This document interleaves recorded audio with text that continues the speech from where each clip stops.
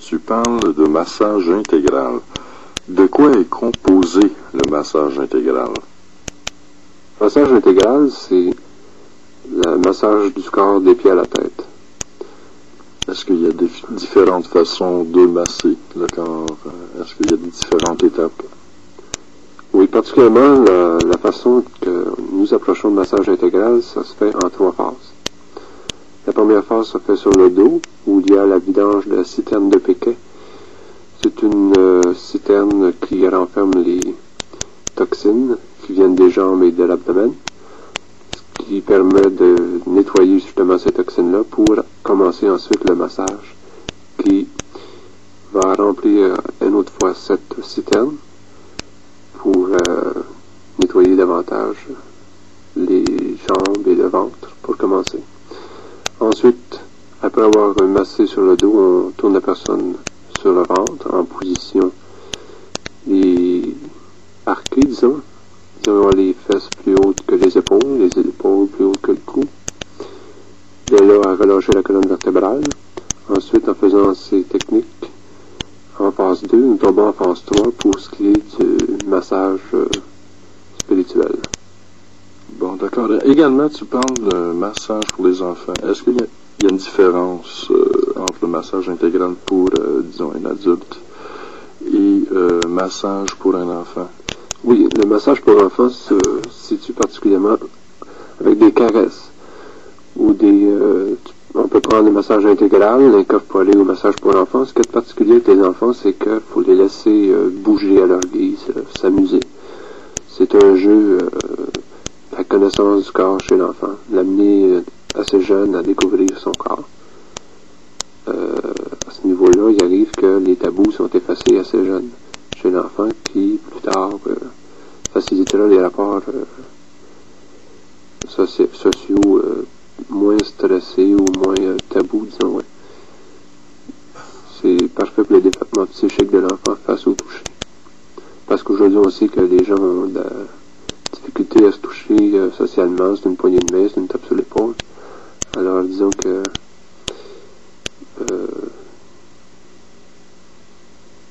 le toucher social est moins tabou si on a appris jeune à se faire toucher ou à partager ce toucher-là avec d'autres.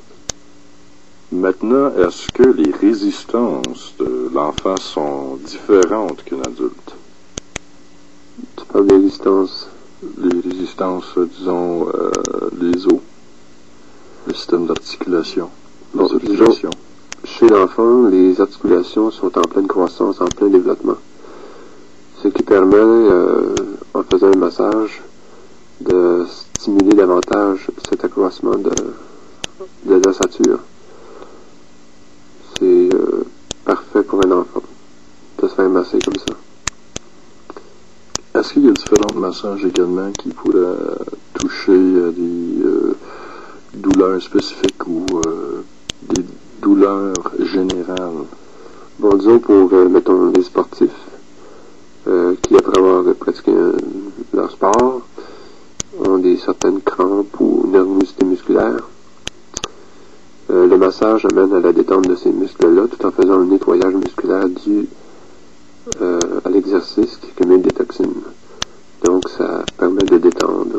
On peut prendre n'importe quelle partie du massage intégral et incorporer la partie musculaire qui est en contraction.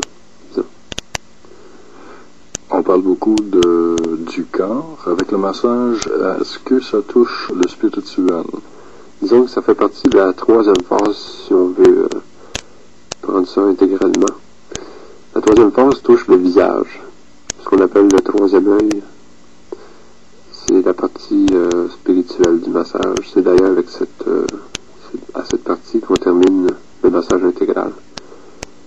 Donc la personne étant consciente qu'après avoir reçu un massage, elle est à l'écoute de son corps, on termine ce massage intégral en phase 3 avec cette technique spirituelle qui la laisse relaxer et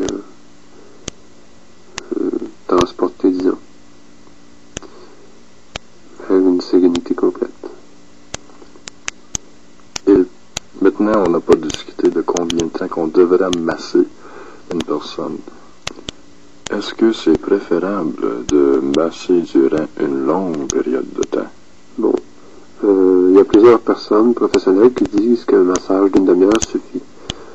Personnellement, je considère que 3/4 d'heure à 1h15, c'est préférable, une moyenne d'1 heure.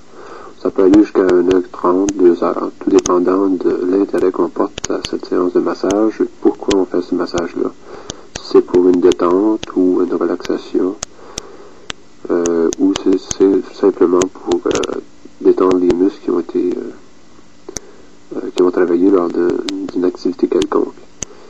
Alors, si on prend la séance de massage intégral en tant que telle, ça dure environ 1h, 1h30.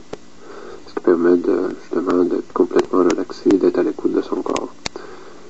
Pour ce qui est des techniques de massage en ce qui a trait aux douleurs fréquentes, genre les coups de cou, les maux de tête, les étourdissements, ça varie environ entre 15 minutes et 30 minutes.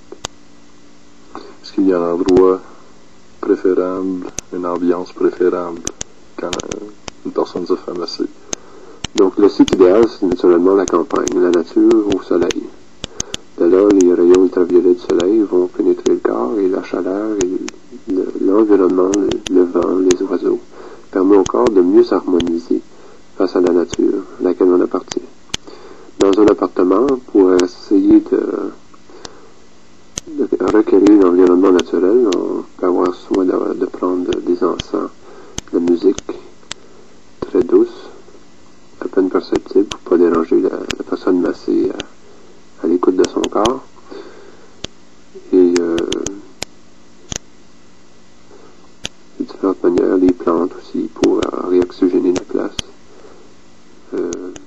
qui peuvent être aussi très utiles côté thérapeutique. Est-ce que tu as étudié longtemps pour savoir toutes ces choses-là? Disons que ça fait une dizaine d'années que j'étudie le massage. Ça a commencé avec des cours d'expression dramatique à l'intérieur desquels j'ai découvert le massage, la bioénergie. Aussi, j'ai étudié quelque peu la vertébrothérapie, la gymnastique corrective vertébrale, le shiatsu, le massage chinois.